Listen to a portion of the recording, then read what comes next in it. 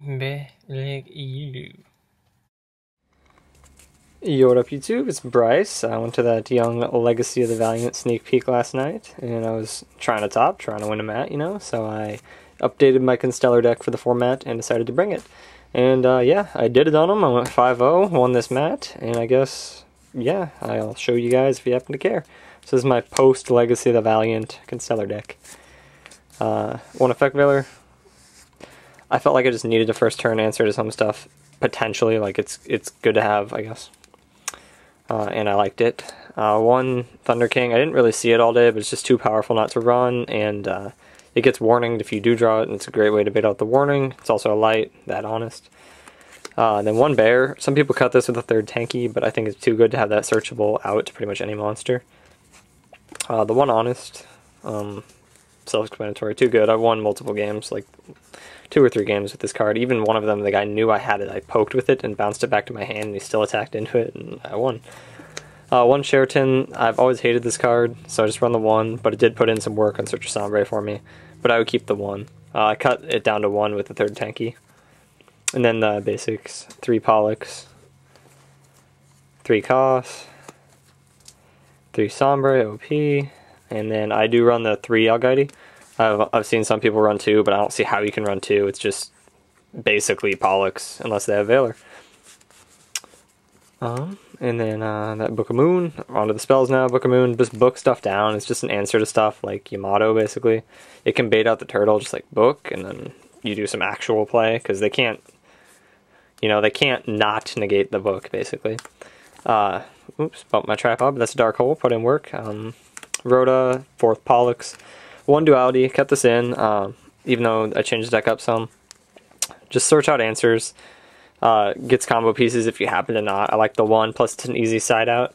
Same thing with this card, Star Cradle. I run the 1, easy card to side out. I didn't resolve or see it actually all day, but I'd side it out every time. Yeah, I was actually debating to make this a trap hole or not, but I was like, nah, I'll make it this just so I can side it out, and then it worked out fine. 2 Lance. Make your plays go off, damage step, good.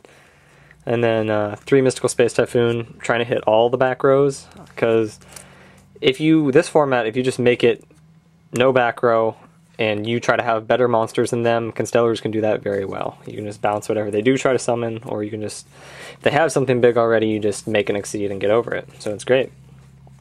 3 tanky, overpowered, search out costs, or bear, really, really good. And then the traps, staples, that compulse, bottomless, torrential, and warning. Warning put in a ton of work. I used a warning in time because I was confident that I was going to win, and then it worked out for me, so that's great. 2 Mirror Force. Pretty much the only protection traps I run within the staples. But yeah, they did their job. Too good not to run right now, I think. Even with Stardust being a card. Again. 2 Phoenix Chain, cut it down to 2, just because, I don't know, I figure everyone else is going to be running MST at 3, and, I don't know, just to make room for other stuff, basically. It worked out fine. People actually did have MST for it a lot, but whatever, baited that out. And I did have it against a Gorilla one time when I really needed it, in a grind game. And the last 2 cards are 2 Dust Tornado main deck. Dust Tornado and MST put in all the work this format. Like I said, just basically get rid of the back row, and then you just try to overpower them with having better monsters. That's what I did, and it worked out. And yeah, I went 5-0, guys. This card is great. I think, if not already, this card's definitely going to be like kind of a staple at 2 in this format. And it's okay to side 1 out if you feel like you don't need it. It's a great card to side out as well. So yeah, then on to the... we'll do the extra deck next. This is pretty relevant, all this, and my side deck's somewhat relevant, I feel, too. But yeah, we do the 1 Cowboy, obviously. Dweller I did keep in. I didn't play any Mermail or anything, and I don't think anyone at my locals even plays Mermail, but you gotta have the Dweller. Maestro, get over stuff. Didn't make any of these cards, but they all have to be there, just in case, you know. Paladynamo, this card puts in a ton of work. It's a light, it's really good. I make this a lot just to, if nothing else, get the card that you get to draw off of it, just in case. And then I put this card in because I pulled it, number 101 Silent Honor Arc. If you guys aren't familiar with it, if you guys don't follow what cards are going to be coming out, basically. The effect is, sorry, I'm trying to get it in focus. You can detach an Exceed material from this card, target a special summon monster your opponent controls in face-up attack position, and you attach it to this card as material. And you can only use this effect once per turn, and if it would be destroyed, you can detach a material instead. So it's pretty good. You just take whatever they have, and then it's sort of like a My Stroke. It can't be destroyed, so it just takes their big monster. It's really, really good. Didn't use it all day, but it's definitely there, and this is going to be a very relevant card coming up with this new set. Then 2 Omega. I think 2 Omega is good, because you make one, and there's certain decks you want to make Omega against, basically, so I think it's great to have 2. Some people don't like that. I do. It worked out. Swag. And then 1 Prasp, or however you guys want to pronounce it. This card puts in work too. If they have something big and you don't want to attack them, they can't really attack you. You just put this on the board and it is big, and it worked out great for me today. Or yesterday, whatever. Gemini Pearl, I don't know, I didn't really think to take this out or anything. It gets over stuff, I guess. If they have Fiendish Chain or whatever, just depending on what you play, you might want the Pearl. But that's, I guess, debatable. Shark Fortress, that OTK, if you guys will. That wasn't in there, and then I put this back in, and I'm glad I did. I used it at least twice, I think. Volcasaurus, like, definitely like one of the MVPs of the deck. You just blow stuff up, and then you put that on top of it, and just, it worked. It's ridiculous how fast you can knock someone down, basically, with this deck, if you've gotten a few pokes in. But yeah, that Volcasaurus, really, really good. And then I cut it down to 2 Pleiades, or however you folks pronounce it. I put the Silent Honor Arc in, because a lot of people have only ran 2 of this in the past anyway. And I thought I was going to want it in my second match, the third one, but it ended up working out. So there wasn't a time all day that it was a problem. Gaia Charger, put it on top of whatever you need to. Really, really, really broken. Like, it's not even fair. And then Omega, just put it on top of Pilates if you need to.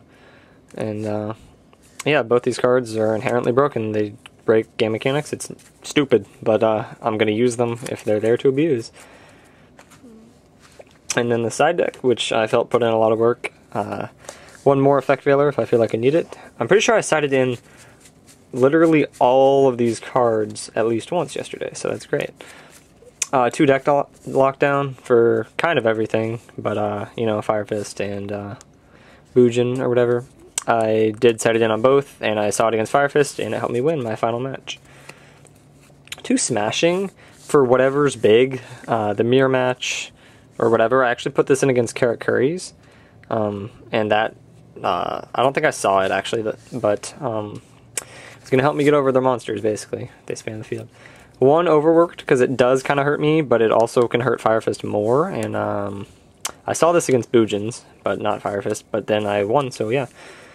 The 3rd Dust Tornado, trying to hit that back row.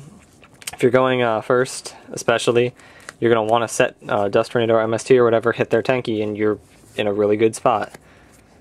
1 Mind Crush, for whatever they search, it's kind of the same logic as Dust Tornado, except Mind Crush can stop Yamato even if you draw it after they have Yamato, so Mind Crush, pretty good. I didn't resolve it yesterday, but whatever. I did side it in. Soul Drain, just to hit stuff in the graveyard. Doesn't hurt me at all, so it's great. 2 DNA Surgery. Poop on those young Bujins, poop on those Noble Knights, poop on whatever. Really good right now. I was actually siding this last format, though, that young hipster swag. 2 Debunk. I kept this in for, like, Harpies or whatever. There was, like, 5 people playing Harpies at my locals. Yeah, Harpies or, you know, anything that activates Engrave, basically. Really good. And then 2 Trap Hole, put in a ton of work. I don't think I'd main one or anything, though, because it's not good against every deck, but it's really good. I just try to win game 1 and then side and win game 2 even harder. It doesn't always work out like that, but yeah. Basically, went that young 5-0. The way we do my sneak peeks is, like, you open your packs and you get your cards, and then you're allowed to put them, put whatever you want in your deck, and then you just play with normal decks, basically. So yeah, I went 5-0. I played 2 Zombie, 1 Carrot Curry, Bujins, and Fire Fist. So if you guys, I guess, like the deck profile, go ahead and throw a thumbs up on that, and thanks for watching. Peace.